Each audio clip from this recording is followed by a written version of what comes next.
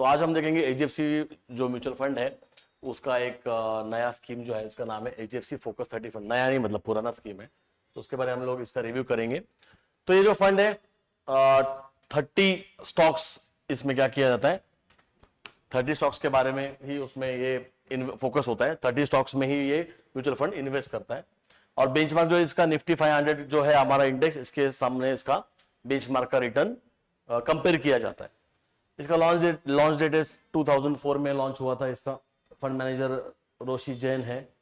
इसके बाद है एयूएम बहुत अच्छा है, लगभग 22 करोड़ का एयूएम है उसका। एक्सपेंस रेशियो 1.6 का है इन रेगुलर प्लान। इसका objective long term capital appreciation, वो तो हर म्यूचुअल फंड में आपको देखने को मिलेगा। उसके बाद हम देखेंगे स्ट्रैटेजी जो है वो invest in max 30 high conviction stocks. Only 30 कंपनियों में ये शेयर क्या करेगा, इन्वेस्ट करेगा। इसका फोकस होता है, ठीक है। मार्केट कैपिटलाइजेशन में 66% लार्ज कैप, तो बेसिकली ये लार्ज कैप फंड ही है। टॉप के 30 कंपनी जाएंगे और उसके बाद 60% उसमें जाएगा पैसा, लगभग 70%। 14% स्मॉल कैप में डालेंगे पैसा और 4% सिर्फ मिड कैप में पैसा डालेंगे। और जो 30 कंपनी के अबाउ नहीं जाएगा, मतलब ये सब मिलाकर 30 कंपनीज में ही ये कंपनी क्या, ये म्यूचुअल फंड क्या करेगा, फोकस करेगा। Bottom up stock picking with the sectoral diversification, definitely sectoral diversification के साथ ये इन्वेस्टमेंट करता है। तो अब इसमें कौन से सेक्टर्स आते हैं, तो फाइनेंशियल सर्विसेज का लगभग 40% का उसका कंपोनेंट है। जो 30 स्टॉक होंगे उसमें फाइनेंशियल सर्विसेज के जो भी आपके ये है कंपनियां है, इसमें सबसे ज्यादा एलोकेशन वो देंगे 40%। फिर ऑटो कंपनीज, ठीक है, auto and auto components company, manufacturers होंगे, उसमें 15%। हेल्थ केयर में बहुत अच्छा सेक्टर है ये, 10.7 मतलब लगभग 11%। टेलीकॉम सेक्टर में 5% का एलोकेशन है। आईटी में 3.4 एंड अदर जो है वो बैलेंस में जाएंगे। मतलब बैलेंस में कौन से आएंगे, इसके अलावा जो भी सेक्टर रहेंगे, अभी आईटी भी हो गया, टेलीकॉम भी हो गया, एनर्जी सेक्टर में डालेंगे वो पैसा, इंफ्रा में डालेंगे, ठीक है। इन सब सेक्टर्स में क्या होता है, इसका रिमेनिंग एलोकेशन है। बट ये सिर्फ क्या करेगा, ये सब मिलाकर कितने कंपनीज रहेंगे, 30 के प्लस नहीं जाएगा, फोकस 30। ओके, टॉप 10 होल्डिंग्स क्या क्या है इसके, तो आईसीआईसीआई बैंक फाइनेंशियल्स का जरा डोमिनेंस है यहां पर। तो आईसीआईसीआई बैंक है, एचडीएफसी बैंक है, axis bank, Maruti Suzuki automobile sector में, एसबीआई लाइफ मतलब ये लाइफ इंश्योरेंस वाला है, अगेन फाइनेंस सेक्टर आ गया। Kotak Mahindra bank again banking sector, Cipla pharma, Bharti Airtel communication telecommunication, HCL tech IT, Piramal pharma company, इनमें बड़ा एलोकेशन है। लगभग सबसे ज्यादा तो बैंकिंग में, पहले 3 तो एलोकेशन बैंकिंग में दिए। तो बैंकिंग रिलेटेड स्टॉक बोलेंगे तो भी चलेगा। अच्छा, ये बाय द वे ये जो होल्डिंग है ये बदलते रहता है। ये एज ऑन 2025 की मैं बात कर रहा हूं, 2026 में ये डेटा बदल सकता है, कोई प्रॉब्लम नहीं उसमें। उसके बाद मार्केट एलोकेशन देखेंगे तो पहले देखा था ये सबसे ज्यादा 60 to 70% एलोकेशन जो है वो लार्ज कैप को दिया है, मिड कैप को कम है, स्मॉल कैप को 14-15% है।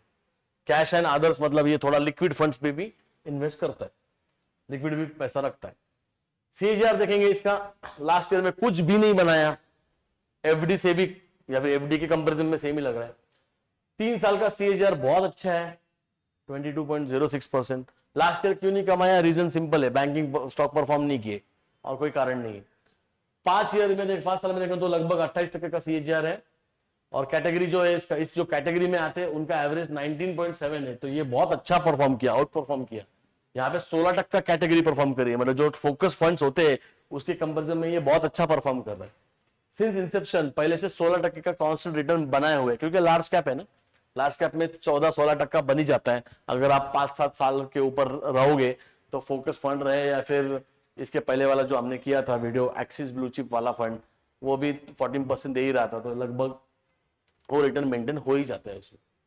उसका नाम देखेंगे, रिस्क क्या है इसमें, अभी स्टैंडर्ड डेविएशन 11.52, मतलब ये बहुत ज्यादा फंड के रेट्स फ्लक्चुएट थोड़े देखे गए हैं रिसेंटली।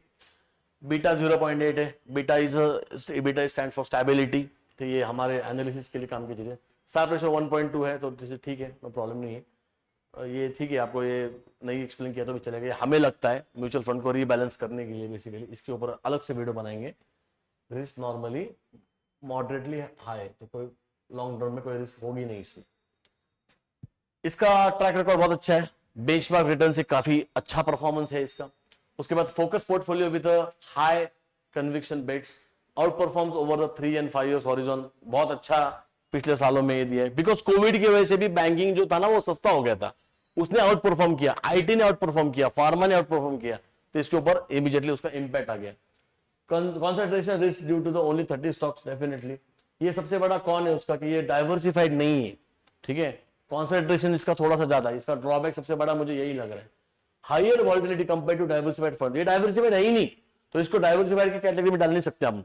फोकस 30 है, भले ही 30 कंपनी में बैंकिंग है, क्या बोलेंगे, फार्मा है, आईटी है, और क्या ऑटोमोबाइल था, और थोड़े बहुत इसमें थे, टेक में थे, ऑटोमोबाइल में थे, बट ये होने के बावजूद भी प्रॉब्लम क्या है कि इसमें भी डोमिनेंस सबसे ज्यादा किसमें आ रहा है, पहले वाले में, मतलब बैंकिंग वाले में ज्यादा है, बैंकिंग एंड फाइनेंस सेक्टर में बहुत ज्यादा डोमिनेंस इसका, इस इन्वेस्टमेंट का दिखाई दे रहा है।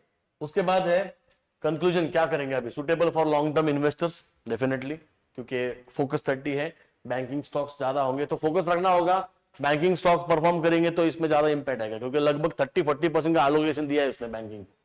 Idol for those who want to focus equity exposure, हाँ ठीक है, ब्लू चिप के साथ कंपेयर करो इसको, कोई प्रॉब्लम नहीं, सेम कैटेगरी में आता है।